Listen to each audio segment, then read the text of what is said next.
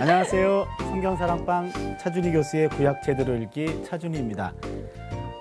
우리가 지난번에는 4계명을 공부했는데 여러분 4계명 안식일 계명이죠. 네.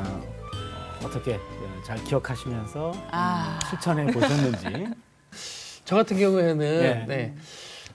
안식일 그러니까 주일에 예배를 참 드리고 그런 건 잘 지키는데요. 항상 공격이 있더라고요. 교회에 가는데 집에서 항상 아내, 아들, 딸을 제가 챙기고 뭐하고 하다 보면 막 늦어요. 그럼 늦으면 또 아내는 너무 가기가 좀 민망하고 그렇다고 항상 교회에 가기까지가 너무 방해들이 많이 있고 그렇더라고요. 네. 잠시 얘기 들으면서 또 아내가 공격한다는 줄 알고 또 얘기하는데 그게 아니라 본인이 좀 약간 더 빨리 일어나서 좀 빨리 하면 되는데 그러니까 와이프는 그게 아마 답답할 거예요. 똑같은 얘기 하시네요. 그게 아이는 부지런한 또 그러니까. 아니 그럼 진철 씨는 그 원래 아이가 2명 있으면 엄마들이 많이 아이를 먼저 이렇게 보살펴주고 챙겨주고 하잖아요. 본인만 챙겨서 옷 입고 나간 스타일이 아니면 애들 도와주는? 저는요. 참 이게 솔직히 얘기하고 싶지만 아내 입장도 있고 근데 제가 아이들을 다 아침에 밥 먹이고 이렇게 다 하거든요. 근데 그거를 좀 더 빨리 해야 된다 이거죠. 주일에는. 저는 이런 신랑 처음 봅니다. 정말 최고네요. 아닙니다. 4계명 얘기. 게다가 주일에 어떤 그 에피소드를 우리가 나눴는데. 그럼 이제 오늘은 5계명을 공부합니다. 5계명은 이제 부모 공경에 관한 건데. 이제 5계명 공부 우리 시작해 볼까요? 네.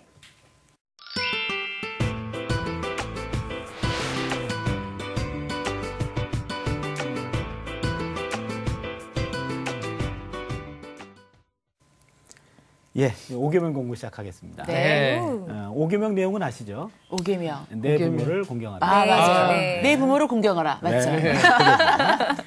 우리가 첫 번째 좀 생각할 것은 부모 섬김이 없이 하나님을 섬긴다는 건 거짓말이다.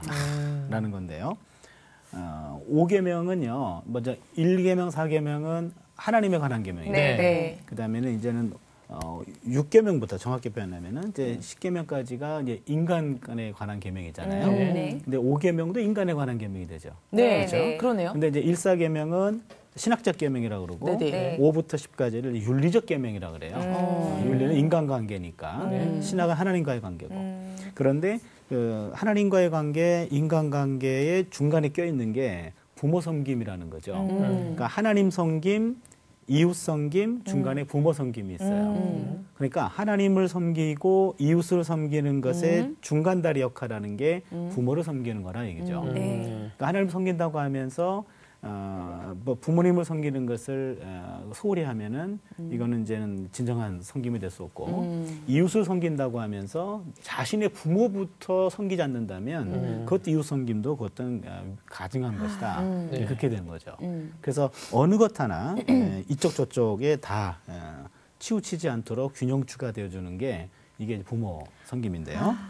우리 그 일의 자매가 요한일서 4장 20절, 21절을 한번 읽어주세요. 누구든지 하나님을 사랑하노라 하고 그 형제를 미워하면 이는 거짓말하는 자니 보는 바 그 형제를 사랑하지 아니하는 자는 보지 못한 바 하나님을 사랑할 수 없느니라. 우리가 이 계명을 주께 받았나니 하나님을 사랑하는 자는 또한 그 형제를 사랑할지니라. 네, 아멘. 예, 하나님 사랑과 형제 사랑 이게 다 있어야 된다. 이제 그런 말인데. 하나님 섬김과 이웃 섬김은 이제는 그 동전의 양면이고 함께 있어야 되고 하나라는 그런 얘기입니다. 이 둘을 연결해 주는 게 이제 부모 섬김이라는 얘기죠. 그래서 부모님께 사실은 인정받지 못한다면은 우리 하나님께도 인정받을 수 없다.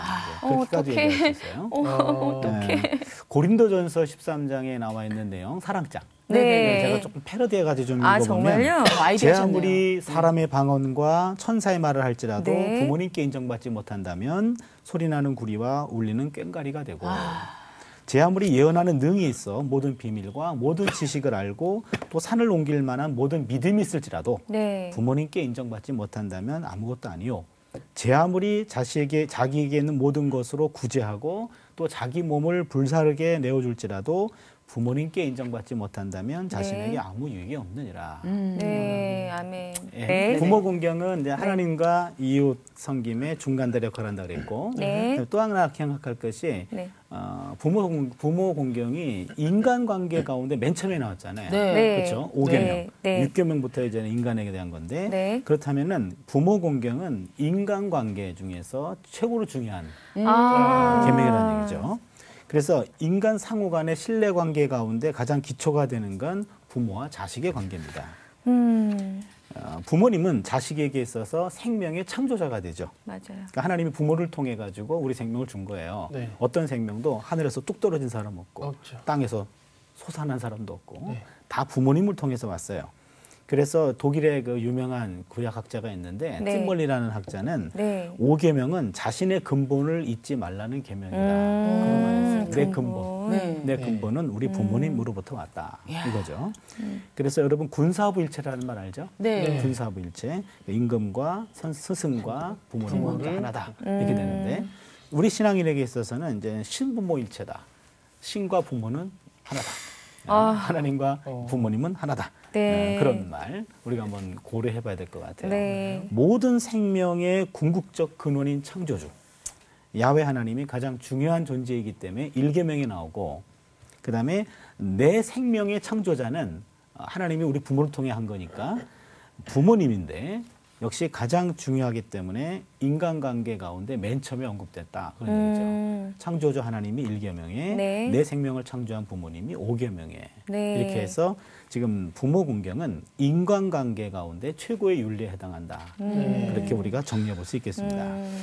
그렇다면은 부모 공경이라는 말은 구체적으로 이게 뭘 얘기하는 건지 네. 그걸 우리가 좀 오늘 공부할 텐데요. 네. 한마디로 얘기한다면은 부모 공경은 마음으로 존경하고 그다음에 플러스 물질적으로 돌보는 거예요. 그러니까 마음과 물질이 같이 있는 거란 얘기죠. 예. 물질은 그 용돈을 말하는 그런 것도 있고, 예. 좀 우리가 좀 보게요. 네. 내 부모를 공경하라 할 때, 공경하다라는 단어가 히브리 말로, 우리 히브리어 잘하죠. 카베드라는 말인데, 카베드요? 예, 카베드. 한번 따라할까요? 카베드. 카베드. 하여튼 발음은 정확해요, 우리가. 배에 악센트가 있네요. 네, 카베드. 카베드. 카베드라는 말은 우리 한자 말로 하면은 공경이라는 말인데 공경하다, 공손한 섬김 뭐 이런 뜻입니다. 공손한 섬김인데, 근데 이 말이 이 카베드라는 말을 히브리어 사전적인 의미로 보면 무겁게 여기다요.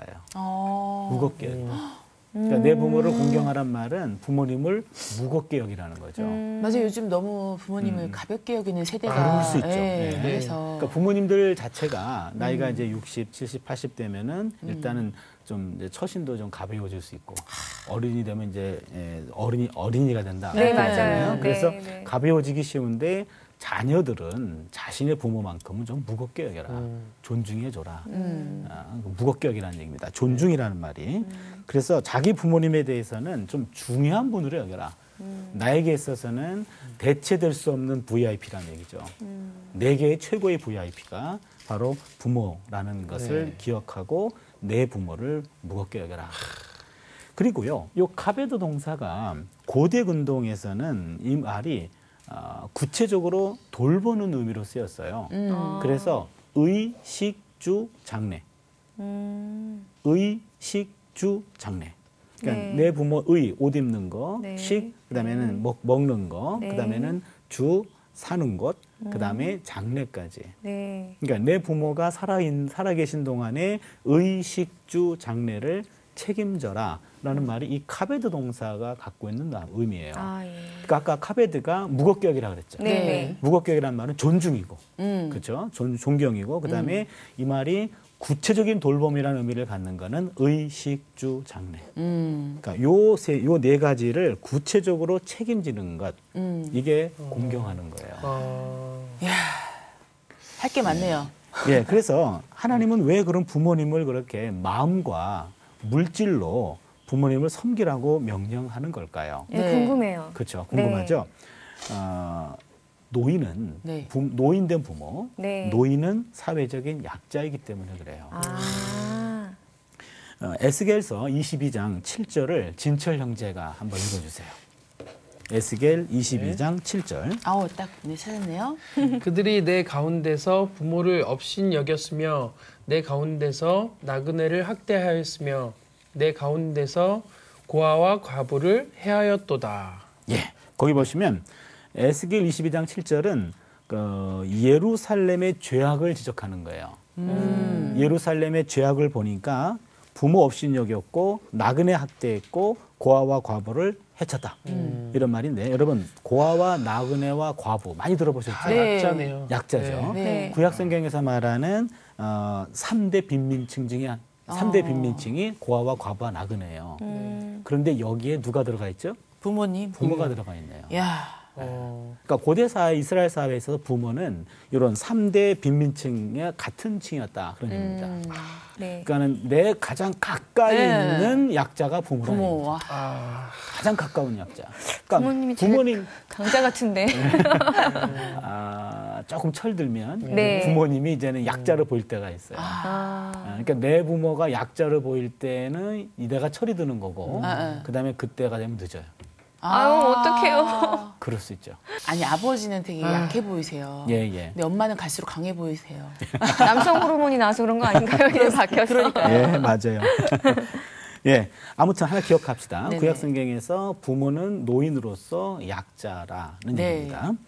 예, 그래서 노인들은요 구약 시대에 오늘날 같이 무슨 연금이 있는 것도 아니고 사회 보장 제도가 되어 있는 것도 아니고 그쵸. 전적으로 자식에게 의존할 수밖에 없었어요. 그러니까 그 자식이 외면하면 그 자식이. 노인은 죽은 목숨이에요. 나쁜 그렇게 자식이네요. 그러게. 그렇죠. 잠언 30장 17절 한번 봐주세요. 선정자매가. 잘 찾았습니다. 예. 자, 아비를 조롱하며 어미 신종하기를 싫어하는 자의 눈은 골짜기의 까마귀에게 쪼이고 독수리 새끼에게 먹히리라. 예. 무섭죠. 아이고. 그러네요. 예. 저 쓰레기인데요. 아비를 어기네네요. 조롱하며 네. 어미 순정하기를 싫어하는 자의 눈은 골짜기의 까마귀에게 쪼이고 어머나. 독수리 새끼에게 먹히리라. 이건 상당한 해서는 안 될 짓이다. 그렇게 네. 의미가 담겨야겠죠. 네, 고문당하네요, 거의. 네. 잠언 23장 22절을 제가 읽어보면 네네. 너를 낳은 아비에게 청종하고 내 늙은 어미를 경히 여기지 말지니라. 가볍게 여기지 가볍게 않습니다. 여기지 말라 얘기죠. 그러니까 가볍게 여겨지는 것이 이제 부모인데 그래서 그 노인이 돼가지고 경제력을 상실한 부모는 사회적으로 약자일 뿐만 아니라 또한 경제력이 있을 때 할지라도 자식에게만큼은 약자예요, 사실은. 부모가 강하게 보일 수 있지만 내면은 자식에게만큼 약자입니다. 맞아요. 자식 이기는 부모는 없어요. 그쵸. 왜 질 수밖에 없냐면 더 많이 사랑하는 사람이 져요. 관계 속에서 와우. 사랑이 더 많이 하는 사람이 집니다. 그게 정답이네요. 연인 사이도 왜 그렇고 부모 사이도 그렇고. 했더니. 아니, 제가 부모님이 이기시면 제가 더 많이 사랑하는 거죠? 가끔은 부모 이기는 자식도 없어요. 예. 그렇죠. 예, 이게 부모 공경은 원래 어린 아이에게 1차적으로 준 게 아니고 1차적으로 어른에게 준 계명이에요. 이 계명은요. 10계명은 원래 그래요. 네. 10번째 계명에 내 이웃의 집을 탐내지 말라. 내 이웃의 아내나. 애한테 너 이웃 아줌마 탐내지 마 그러면은 내가 왜 이웃집 아줌마를 탐내요? 그럴 거예요. 그쵸? 그렇잖아요. 네. 네? 남의 아내를 탐내지 말라는 말은 아내가 있는 사람에게 한 거겠죠. 네, 그래서 10계명은 원래 결혼한 그다음에 아내도 있고 자녀도 있는 장성한 남자 어른에게 준 거예요. 그러면은 그 어른에게 내 부모는 노인이죠. 그쵸. 네. 그럼 저희는 진짜 10배고 저희 둘은 아직 괜찮은 거예요. 왜 이래? 그래요? 네. 그래서 노인이 된 부모를 자녀들이 이제는 그 노인이 된 부모는 경제력을 상실했어요. 그쵸. 남은 인생은 이제는 장성한 자식에게 의존할 수밖에 없어요. 근데 의존하는 그 자식이 부모님을 하찮은 존재로 여기고 그다음에 부모님을 외면하거나 무시한다면 그 부모님은 죽은 목숨이라는 얘기죠. 노인된 분들은 이런 가족의 울타리를 벗어난다면 생존 자체가 불가능했던 겁니다. 네. 근데 안타깝게도 이게 부모를 공경하라는 말이 이렇게 강조되는 거는 공경하지 않는 경우들이 있었기 때문에 그런 거죠. 대부분이었겠죠, 예, 솔직히. 참 안타까운 현실인데 네. 현실적으로. 그래서 구약성경에 보니까는 노인이 된 부모에 대해서 잘못된 행동들이 많이 나오는데 구타하거나 저주하거나 멸시하거나 조롱하거나 착취하기도 하고 억압하기도 하고 심지어 쫓아내는 일까지도 있었어요. 그러니까 성경에 보면은 여기저기에 그것이 언급이 돼요. 그래서 그런 것 때문에 내 부모를 공경하라. 그렇게 얘기하는 거예요. 그렇게 하지 않으면 부모 세대는 이미 죽은 목숨과도 같기 때문에. 특별히 사형죄로 다스린다 그랬는데 출애굽기 21장 15절을 우리 이래자매가 좀 봐주세요. 자기 아버지나 어머니를 치는 자는 반드시 죽일지니라. 예. 굉장히 아버지나 강해요. 어머니를 치는 자는 반드시 죽여라. 요 반드시 죽여라는 말이 굉장히 강하죠. 네. 히브리 말로 mot yumat. 반드시 죽여라. 이렇게 되어 있어요. 히브리어도 강하네요. 네. 강하죠. mot yumat. 죽여라. 반드시 죽여. 이렇게 되는 거예요. 강하다, 진짜. 굉장히 강하죠. 네. 근데 이거는 출애굽기 21장 12절과 비교하면은 또 의미가 더 많이 드러나는데 네. 출애굽기 21장 12절을 보면 사람을 쳐서 죽인 자는 반드시 죽일지니라요. 쳐서 죽였을 경우에. 근데 이 치다라는 말이 똑같은 말이에요. 내 부모를 치는 자는 반드시 죽일지니라. 보통 사람들은 쳐서 죽일 때만 살인죄가 돼요. 부모는 치기만 해도 죽여라 그 말이죠.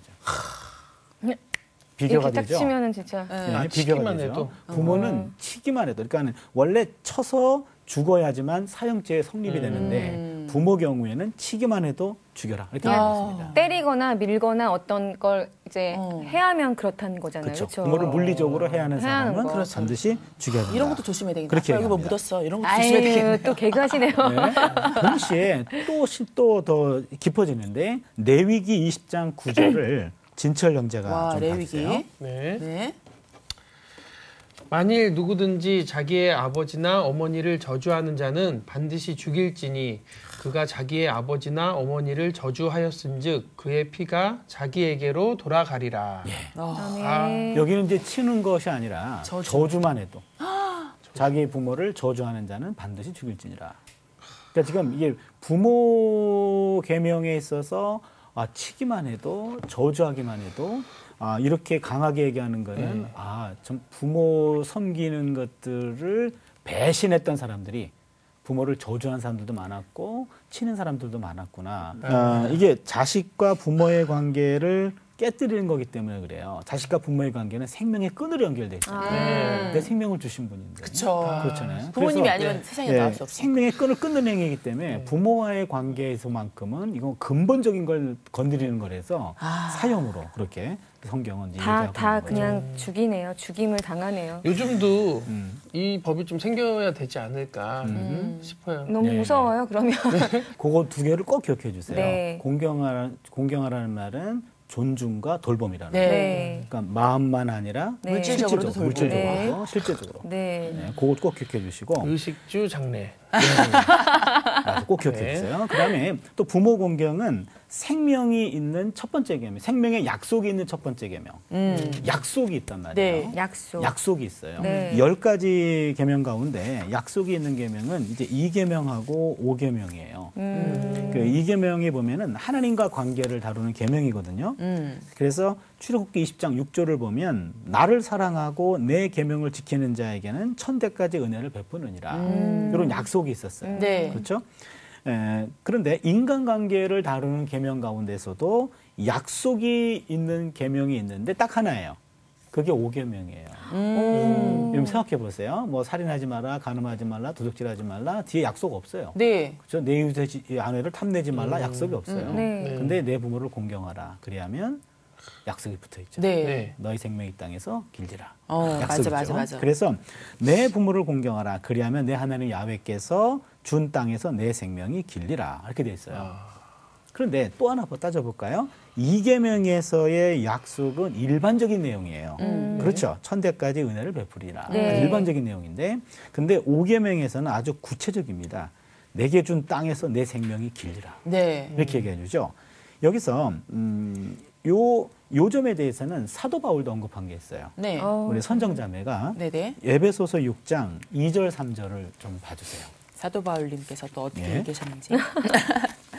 내 아버지와 어머니를 공경하라. 이것은 약속이 있는 첫 계명이니 이로써 내가 잘되고 땅에서 장수하리라.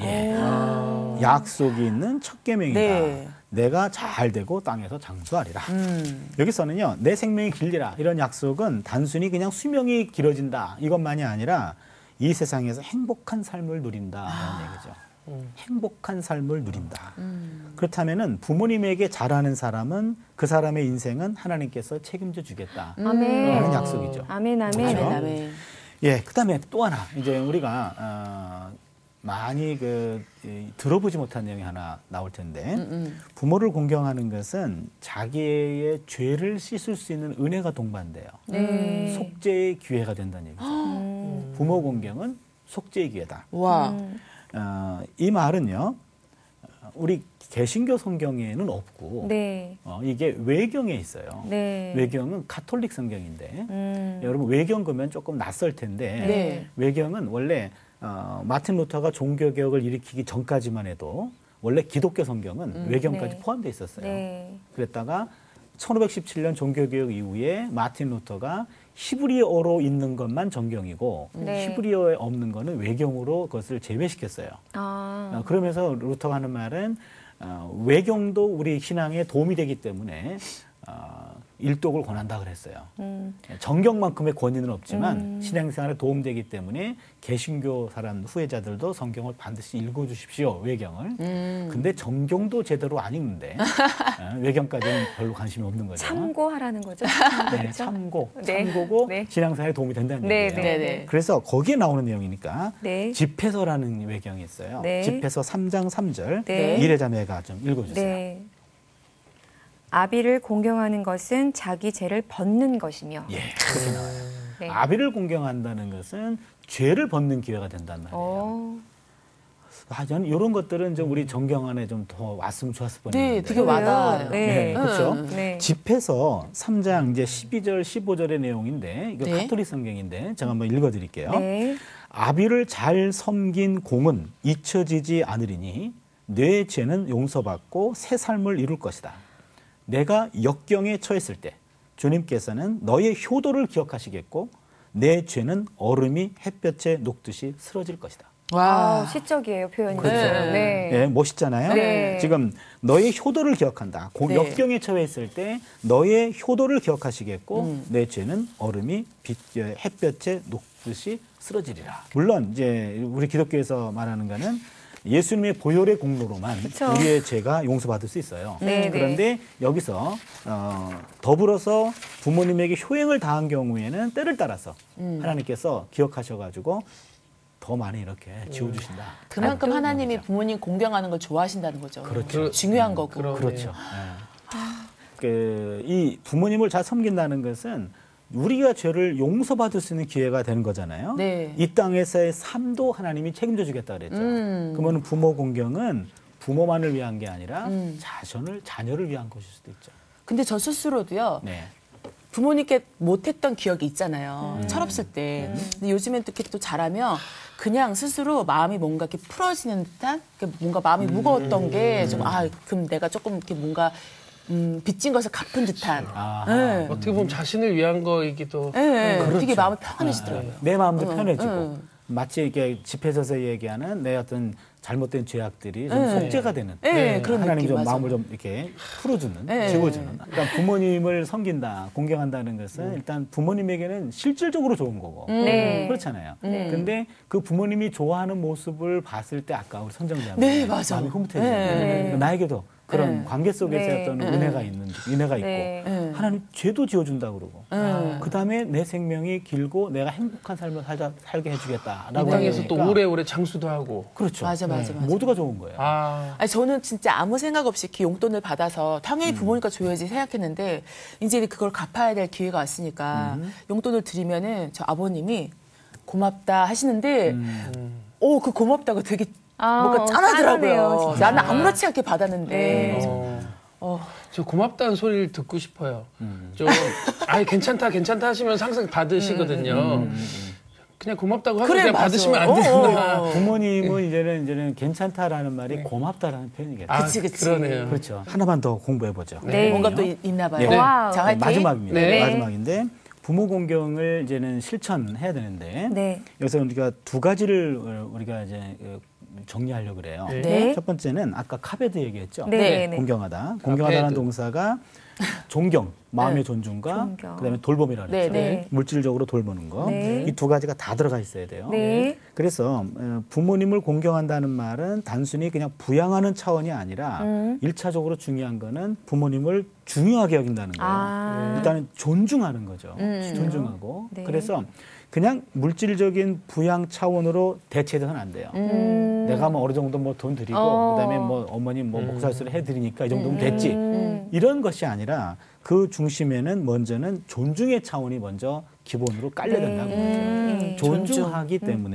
존중하기 때문에 그분을 물질적으로 섬기는 거예요. 그러니까는 존중하는 마음도 존중하는 마음으로만 끝나서는 안 되고 구체적으로 돌봄까지 연결해야 되고 돌본다고 해서 존중하는 마음이 또 제외돼서도 안 되고 그러니까 두 가지가 다 있어야 되죠. 존중 없이 돌보면은 부모님 입장에서는 상당히 기분이 언짢은 거죠. 그렇죠. 의무로만 생각한다면 그렇죠. 맞아. 저도 힘들고 부모님도 그렇죠. 기분이 안 좋고. 네, 근데 내가 존중받고 있으면서 돌봄을 받고 있다는 이 두 가지, 두 가지가 다 이건 상당히 미묘하기 때문에 그러네요. 조심해야 되겠죠. 네. 부모님을 내가 존중하기 때문에 이렇게 드리는 겁니다. 이렇게 되는 거죠. 이 정도 했으니까 됐지 뭐 이렇게 하는 거는 상당히 같은 돌봄을 받아도 기분이 언짢고 불쾌한 거죠. 그렇죠?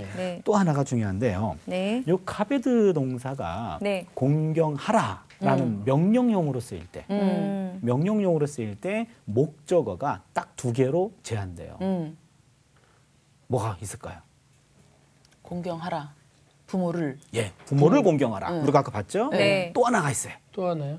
성경에서 누구를 공경하라? 하나님. 둘밖에 없어요. 어른을 공경하라? 성경에 없어요. 생명을 낳아준 부모님. 그렇죠. 생명의 창조자인 하나님, 그다음에 내 생명을 낳아준 부모님. 그래서 성경에 보면은 공경하라고 하는 말은 구약 성경에서 이 카베드 동사에 해당하는 말, 요 해당하는 말은 하나님하고 부모에게만 국한됩니다. 이웃은 사랑하라 그랬어요. 그렇죠. 그러네요. 그래서 어른을 공경하라는 말은 유교예요. 유교고 기독교는 그리스도를 경외함으로 피차 복종하라 이렇게 돼 있어요. 기독교 인간관계는 수평적 관계예요. 모든 인간관계. 그런데 모든 인간관계가 수평적 관계인데 여기에 예외적으로 수직이 되는 관계가 있는데 그게 부모님. 그러니까 부모님을 하나님급으로 섬겨라 이런 얘기죠. 그러니까 부모님을 하나님급으로 섬기고 돌본다라는 말은 여기서 제가 하나 좀 끄집어낸 것이 하나님을 공경하고 하나님께 감사의 표시로 물질의 11조를 우리가 드린다면 부모에게도 동급의 11조를 드려야 되는 건 아니냐 이 말이에요. 부모 11조입니다. 부모 11조. 성경에는 없어요. 없는데 제가 찾아낸 제가 만들어낸 말인데 왜냐하면 카베드 동사가 명령용으로 쓰일 때 하나님하고 부모로만 제한돼요. 이거를 맨 처음 찾아낸 사람이 없거든요. 우리 교수님. 그렇게까지는.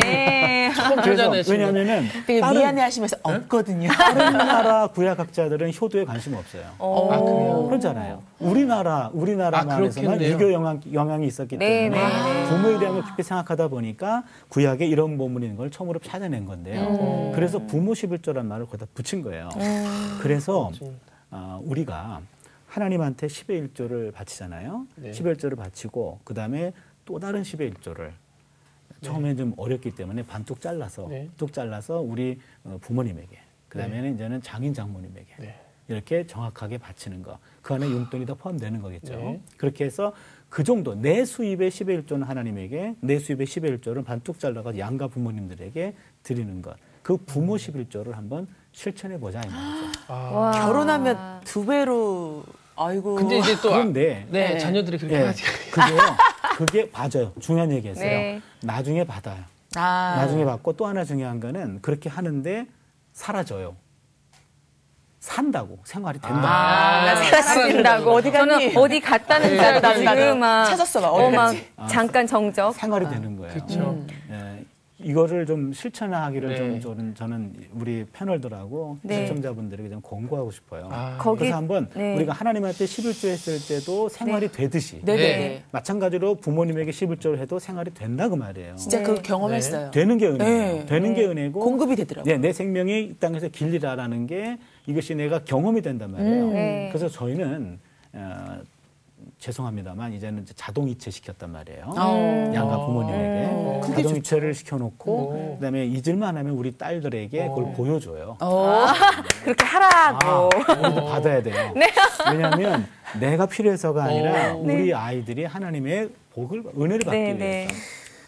내가 주는 은혜보다 네, 네, 네. 하나님 주는 은혜가 더 크기 때문에 그렇죠. 네. 예, 그래서 오늘 말씀을 정리할게요. 네. 그래서 내 부모를 공경하라라는 것은 결과 내 부모를 마음과 그 다음에 물질로 돌봄으로 하되 물질의 그 양은 부모 11조. 네. 내가 하는 내 수입의 11조 하나님께 드리듯이 11조 정도 선에서 부모님을 이렇게 정기적으로 도와드리는 것. 네. 그것이 존경과 돌봄의 표현이라는 얘기죠. 네. 그렇게 됐을 때 하나님이 내가 준 이 땅에서 내 생명이 길리라라는 것이 경험된다 이 말입니다. 아멘. 맞아요. 아멘. 예, 그래서 여러분들 올 한해 이제부터라도 이걸 네. 한번 실천해 볼 수 있는 그런 우리가 되었으면 좋겠습니다. 아멘. 예, 네. 잠깐 기도하겠습니다.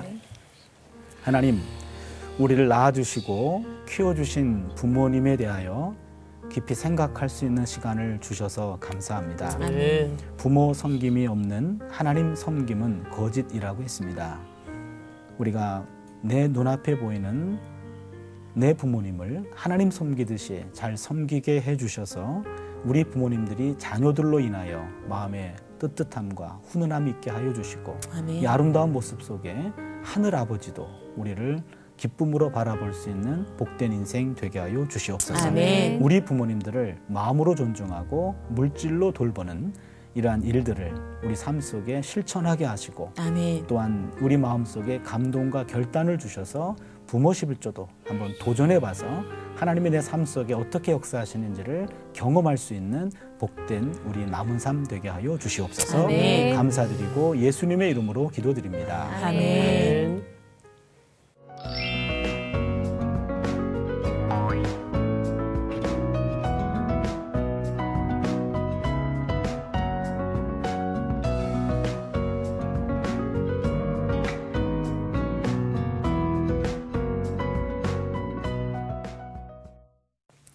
예, 여러분 다음 주에 우리 다시 만나요.